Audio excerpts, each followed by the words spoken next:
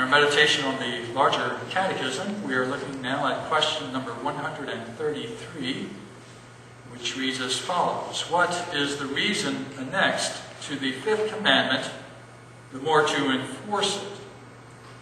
The answer is the reason annexed to the fifth commandment in these words, that thy days may be long upon the land which the Lord thy God giveth thee, is an express promise of long life and prosperity, as far as it shall serve for God's glory and their own good, to all such as keep this commandment.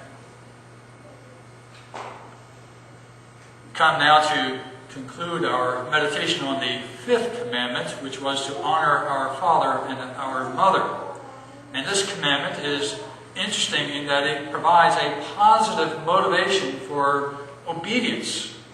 Children especially need to be encouraged, motivated to obey their parents. They need to be given an incentive to do so. And so this commandment tenderly cares for them by providing an encouragement to obedience.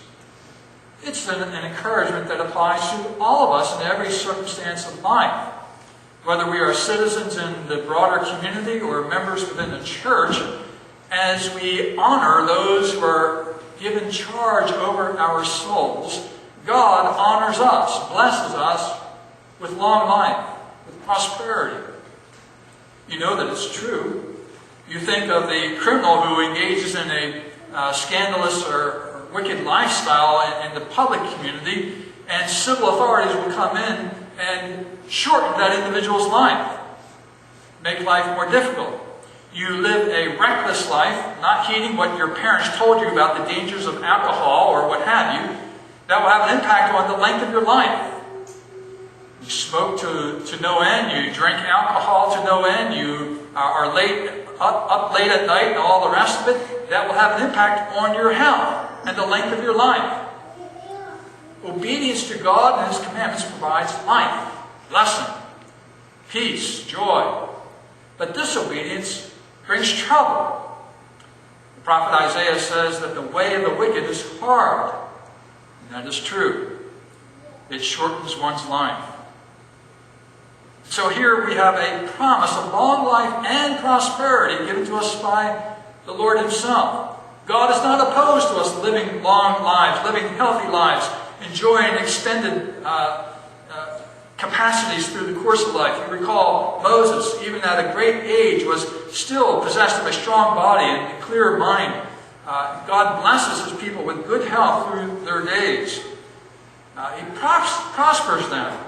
The Christian faith is not opposed to prosperity, to the advancing of a family or a culture.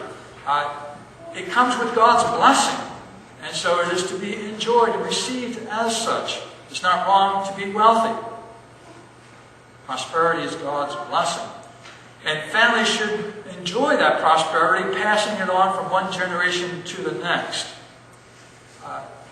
Now, there are caveats here. It does not necessarily say that each individual who obeys their father and mother or honors them will therefore automatically live a long and healthy life, a prosperous life.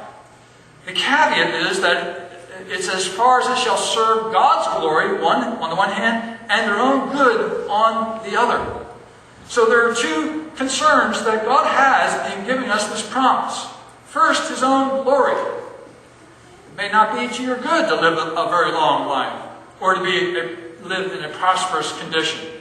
We might not think that way, but God knows us better. And there may be temptations that come along the way that we may not be well suited to handle. And so, furthermore, with regard to God's glory, it may be that for the advance of His kingdom, for His own purposes, He may take our life ahead of time, so that we might be warned that life is brief, and we must always trust in our Creator and rest in Him.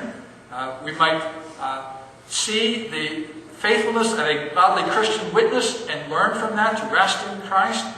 We have many examples of martyrs who have obeyed the Lord and honored their parents, but nonetheless were put to death for their faith in Christ.